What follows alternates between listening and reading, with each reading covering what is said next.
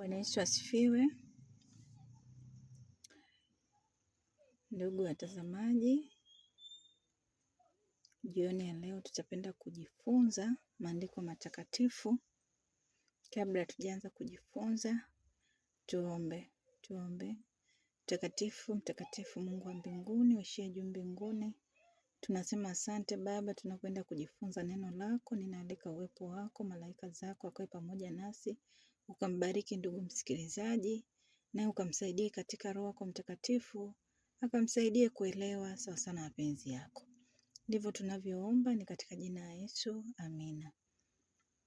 Bwana Yesu asifiwe. Somo langu lina kichwa cha somo kinasema kujinyenyekeza. Nalo linapatikana Mambo ya Nyakati wa Pili, ule mstari wa 7, fungu la 14 mpaka 19. Nayo inasema, ikiwa watu wangu walioitwa kwa jina langu watajinyenyekesha na kuomba na kunitafuta uso na kuziacha njia zao mbaya, basi nitasikia toka mbinguni na kuwasamehe dhambi yao na kuiponya nchi yao. Tunaona neno la Mungu linatuambia ikiwa watu wangu watajinyenyekesha mbele za Bwana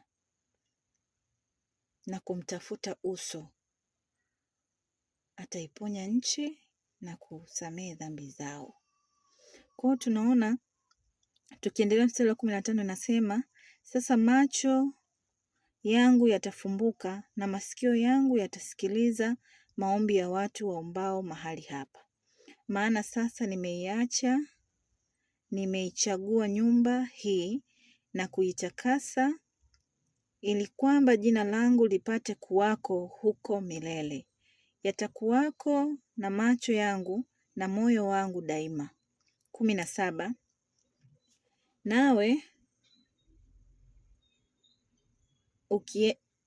Nawe ukienda mbele yangu kama alivyokwenda Daudi baba yako, ufanye sawasawa na yote niliyokuamuru na kuzishika sheria zangu na hukumu zangu, ndipo nitakapothibitisha kiti cha enzi cha ufalme wako kama nilivyoagana na Daudi baba yako. Tunaona Mungu anatuambia kama tukijinyenyekesha kwake, tukamtafuta kwa bidii, atatuponya. Na tukijinyenyekesha kwake na kumuomba kwa bidii, kwa nia zote za dhati, Mungu hawezi kutuacha. Ndugu mpendwa msikilizaji, Mungu anatutaka tujinyenyekeshe kwake. Tusiwe na miungu mingine. Yaani tusiwe na kitu chochote ambacho kinachukua nafasi ya Mungu. Tukijinyenyekesha kwa Mungu, Mungu atatusikia dua zetu. Neno lolote utakaloomba, Mungu atajibu sawasawa na mapenzi yake. Tukiendelea fungu la 18 hilo nilipoishia inasema, nikisema hutakosa kwa kuwa na mtu wa kutawala katika Israeli, lakini mkigeuka na kuziacha sheria zangu na amri zangu nilizoweka mbele yenu, mkienda na kuitumikia miungu mingine na kuiabudu, ndipo nitawang'oa katika nchi yangu niliyowapa na nyumba hii niliyoitakasa kwa jina langu. Nitaiondosha itoke mbele zangu, nami nitaifanya kuwa mithali na tukano katikati ya watu wote. Tunaona Mungu hahitaji tuwe na miungu mingine. Mungu anataka tumnyenyekee yeye tu peke yake. Mungu anahitaji ibada. Mungu anahitaji mioyo yetu ijinyenyekeshe kwake. Mungu anahitaji tunaponyenyekea kwake, chochote mzigo ulio nao ukiupeleka mbele za Bwana, atasikia kilio chako na kukujibu sawasawa na mapenzi yake. Kwa mpendwa msikilizaji, ukiisoma hii Mambo ya Walawi wa Pili, mstari ule wa 7, fungu la 14 mpaka 19, ukamwomba vizuri sana Roho Mtakatifu, ukaomba akuongoze fungu hili, utaona mambo makubwa sana kwenye maisha yako. Utaona uwepo wa Mungu kwenye maisha yako ikiwa tu utakubali kujinyenyekesha kwake, kujishusha mbele za Bwana na kuutafuta uso wake kwa bidii. Maana Mungu anataka tumtafute yeye kwa bidii. Mungu anahitaji ibada. Chochote kile unachokifanya, ikiwa unaenda mbele za Bwana, mtafute Mungu kwa bidii ndugu yangu. Jinyenyekeshe kwa Mungu kwa bidii. Mungu atakujibu wala hatakuacha. Hata kama asipojibu leo, ila ibada yako iwe na kicho mbele za Bwana. Ibada Mungu anayohitaji, anahitaji ibada ya mioyo yetu. Mungu anahitaji tujitoe kwake, tujishushe kwake. Tumtafute yeye kwa bidii muda wote. Tumweke Mungu kuwa wa kwanza kwenye maisha yetu. Ikiwa watu wangu watajinyenyekesha mbele zangu, nami nitaiponya nchi yao. Shida yako yoyote ulio nayo, ipeleke miguuni pa Bwana. Shida yoyote inayokusumbua, changamoto yoyote, Mungu anahitaji umpelekee shida yako, naye atakutimizia. Kwa Mungu anahitaji tujinyenyekeshe kwake kwa bidii. Jioni ya leo, ndugu mtazamaji, ndugu msikilizaji, ninaishia kwa somo hili nikikualika jioni ya leo, hebu jinyenyekeshe mbele za Bwana. Mpe Mungu maisha yako. Mpe Mungu nafasi aweze kutawala maisha yako. Mpe Mungu moyo wako, atawale moyo wako. Mpe Mungu mapito yako yote. Mpe Mungu shida zako. Mtwike Yesu fedheha zako zote. Yeye yupo kwa ajili yako.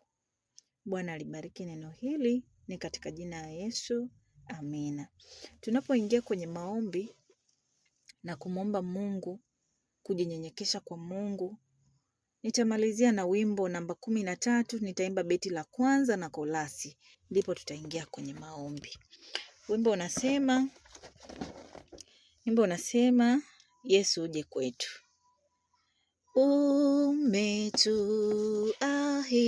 Umetuahidi kwamba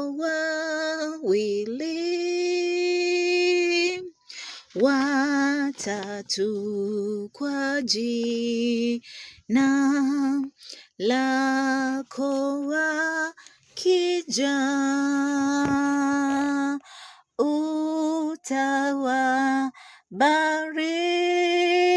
utawabariki. Kwa hivi leo twapiga magoti nyumbani pako. Yesu uje kwetu,